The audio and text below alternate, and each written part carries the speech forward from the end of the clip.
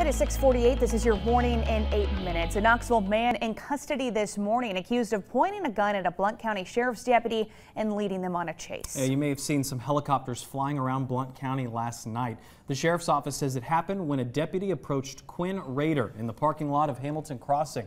Deputies wanted Rader on drug charges. They eventually caught him and charged him with aggravated assault of a law enforcement officer and violation of parole.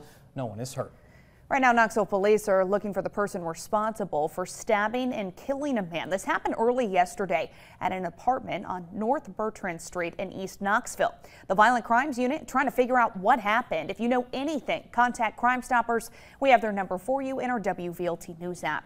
Crime Stoppers also needs your help finding this man. Investigators say he walked into a sporting goods store in Sevierville and stole a shotgun.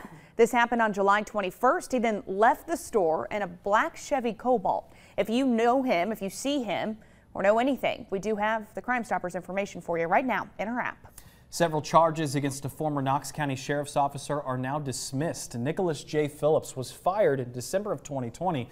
Charges of stalking, unlawful exposure, and disseminating unlawful photographs against an ex-girlfriend all have been dropped. And this morning, the Knoxville Police Department clarifying its changed policy on how they respond to certain car wrecks. That new policy is set to start on September 1st. The department says officers will not respond to non-injury crashes unless a vehicle is stuck in the road, an unlicensed or uninsured driver is involved, one of the drivers is being uncooperative, or DUI is suspected. KPD says if you are in a crash, call 911. The call taker will then decide if an officer should be dispatched. We've got all the details for this in the WVLT News app.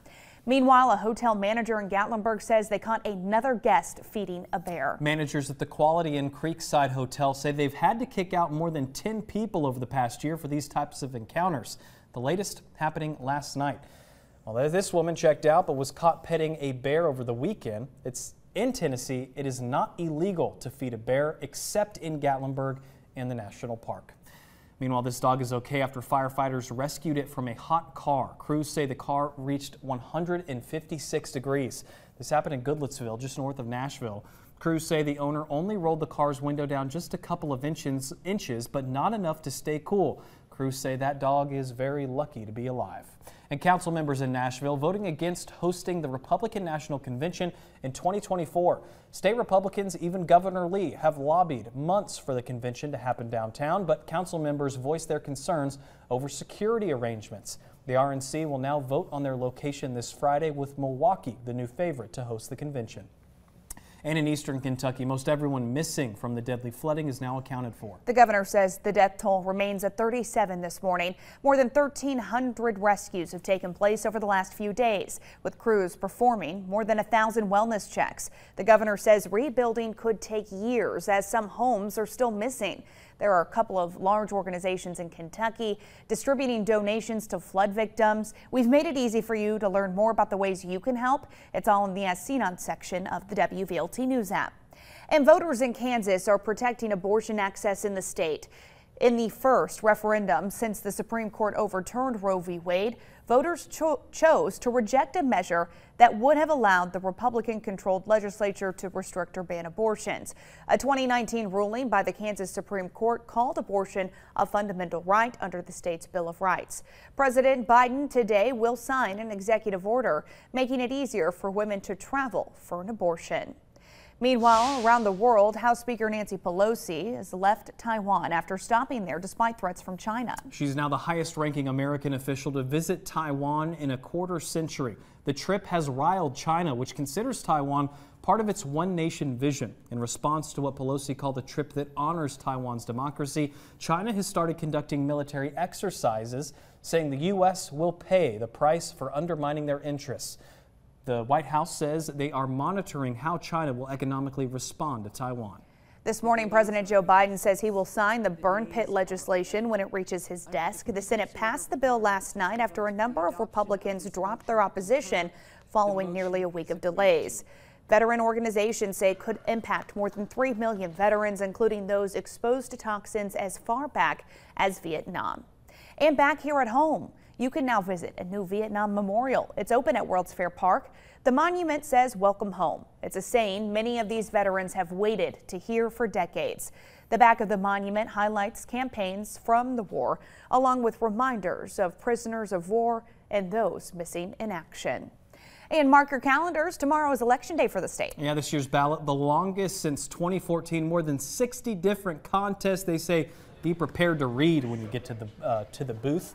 It includes county general elections, municipal elections, along with state and federal primaries. You can learn about all the candidates from each county across East Tennessee right now in the WVLT News app. Polls open tomorrow at 8 o'clock, goes to 8. You do need to bring a driver's license or passport with you. Well, the post office in Maryville looking for workers to get your mail delivered. The agency holding a job fair today at their location on Keller Lane. They're looking for rural carrier associates and assistants. Starting pay around $19 an hour. You have to be at least 18. And today's job fair starts at 11, runs until 2 o'clock. Hey, good news this morning. Gas prices continue to drop. Here's a look at what you're paying in Knoxville this morning. It's about $3.93. The state average even less at $3.73. The national average sitting at $4.16. It is 6:54. Let's get to Whitney Turner. She's got your first alert traffic. Crews have just cleared a disabled vehicle right around I-40, I-275. No lanes were blocked because of this, but that vehicle was off of the roadway. It was taking place right here onto this on-ramp to I-40. Good news is that commute as you're moving out the door on this Wednesday morning, looking good so far. Only thing that could slow you down is some patchy, dense fog that you could run into along I-75. Especially through Campbell County. So get those low beams on, be prepared for those varying views this morning. Your first alert forecast with Chief Meteorologist Heather Haley. 8:55 now. We're seeing that fog because it is clear and it is humid. So let me show you where we have some dense visibility issues, actually right around Monroe County, but then up through Loudon, up and down visibility. Then it drops again in Anderson. It's a little hazy on the plateau, but really 0 to a half a mile is how far you can see in parts of Anderson to Campbell, parts of Scott to McCreary, Whitley, but also up and down visibility in Bell and Claiborne still, and then Harlan to Lee counties reaching out to Hancock County. So we do have some spots that'll then stay cooler longer because you're in the fog. Bonus. It's 70 right now. Knoxville 67 in Von Orr to Middlesboro, 66 in Clark Range. Really off to a mild start and a mostly clear start. That's why you can see that sun peeking up on the horizon. Sunrise officially was about 10 minutes ago. Starting the day off mild, light breeze, and a beautiful mostly sunny day. But it heats up quick. So all the more reason to get outside early, get that yard work done early. It'll be 86 at noon with a high today of 92, and again feeling hotter with a couple of storms bubbling up on the tail end of the day. Here's a quick look at the feels like forecast where you live, as that adds up to 99 Knoxville and Maryville, 99 in Loudon. You're looking at a feels like of Crossville, 92 to Oneida's 95, along with Tazewell. Feeling like 97 in Dandridge. Pack that water now for this hot, steamy day ahead. We'll talk more, though, about when storms increase coming up on the CW. All right, Heather, thanks. Yeah, sometimes it's nice when it's nice in the morning and gets you out of bed, right? I'm motivated. There you go. Guess because we're already out of bed. Exactly. Have a good day, everyone. We cheated.